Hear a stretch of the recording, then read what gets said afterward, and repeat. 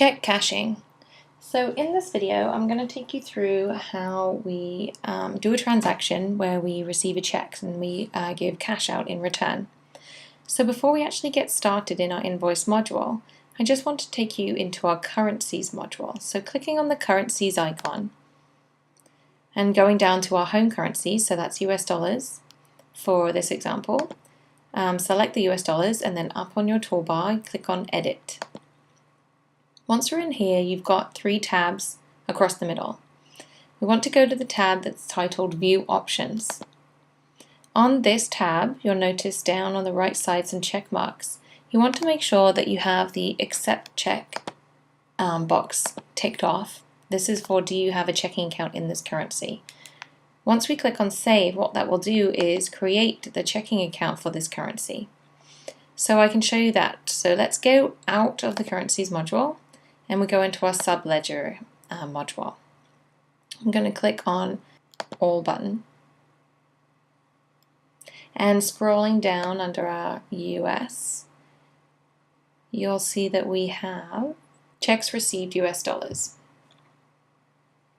Okay, so let's get started and actually put through a transaction with this check cashing. So going to your invoice module, clicking on the invoice icon, and then up on your toolbar, we want to create a new invoice. So click on New. And we can't do this with a walk-in customer, so let's pick someone from our database. So let's use Jessica for this example. And you can either double click or select and then pick customer.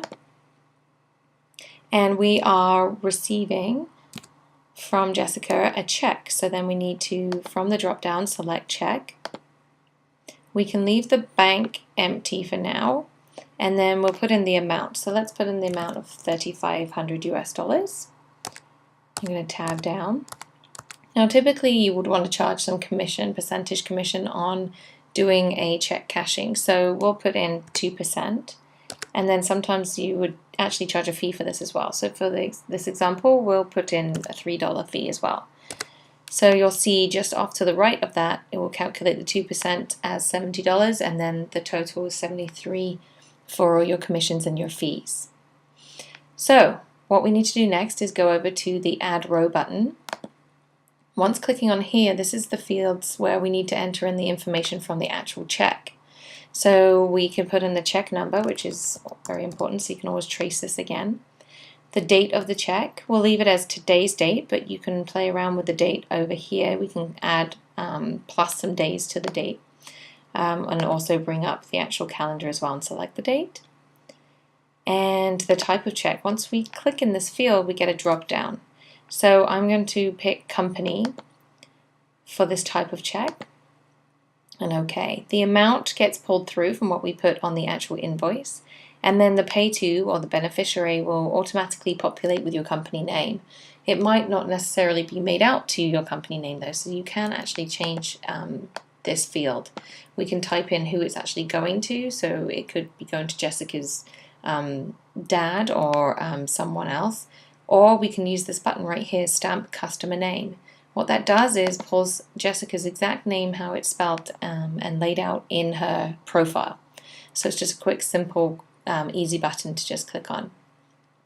Once you go down into the issuing bank, you'll get a choice as well from a drop down where you can select what the check bank is, or the check's coming from what bank. So we'll just select Bank of America for this example. And then the bank to deposit into. Now you actually might not know this yet, so you can leave it blank and you'll see over onto the right that it says it's pending. Then the clearing account will automatically populate with the checks received US dollars, which is how, which is what we checked off at the beginning of this video in the currencies module, so that this account is created so that it can receive pending checks into it. If, for example, we did know what bank it was going to be deposited into, we can select from the drop down, and you'll notice that once I do, it shows you on the right that the check is now cleared. And the clearing account is the Royal Bank RBC. Now, if you are unsure, it's best to keep it as pending and into the checking account. So we can revert that back by clicking on this pending button below. You'll see that it's still listed the Royal Bank RBC, but it's a pending check and it's still being cleared into the checks received US dollars still.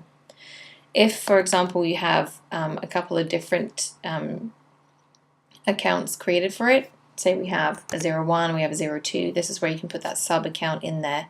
We don't actually have that, so I'm going to take that out. And you can also add a scan of the check as well. That's right here in the bottom right corner where it says load scan.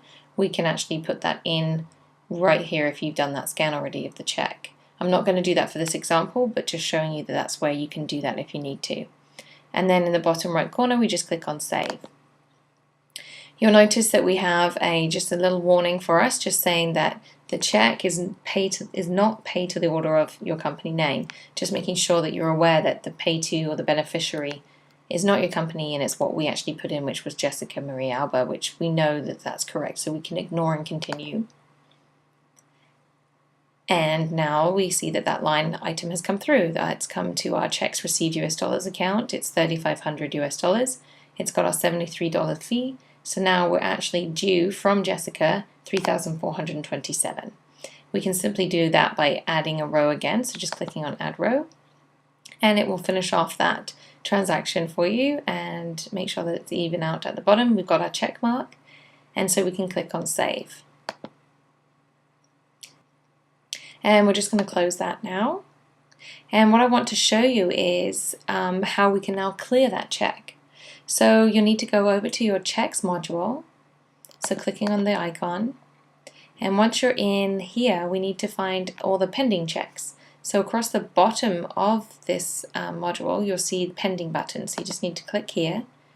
And the check that we just put through for Jessica has come onto the screen. So in order to change it from pending to cleared, we need to highlight this line, click on edit on your toolbar, and so you'll see that on this page our check status is pending. So we need to clear this check. So we need to clear it into the account that we know that we need to clear it into. So let's say we do know it's the Royal Bank RBC, so we can select that, and you'll see that it's now check status cleared. So we can now click on save in the bottom corner. Again, we're getting that warning just saying that a check is not made out into the name of your company, but that's okay, we know that, and we can just ignore and continue. And now if we select on pending, there are no more checks pending. This needs to be done one check at a time. So now what I want to do is take you back up into your subledger account and just show you the effects of that. So clicking on the subledger icon, and then at the top, if we click on the button that says today, it will show us all our transactions of today. And you'll see that we have the $3,500 that we bought from Jessica, the check. So that's come into our Royal Bank RBC because we cleared it into that bank account. And then it shows the cash that's gone out. And obviously we've had another transaction that's gone out as well. But that also includes the one that we did with Jessica in there. So just to recap, what I have done is taking you through how to do a check cashing transaction in your invoice module, and then clear that check in your checking module, and show you the effects in your subledger accounts.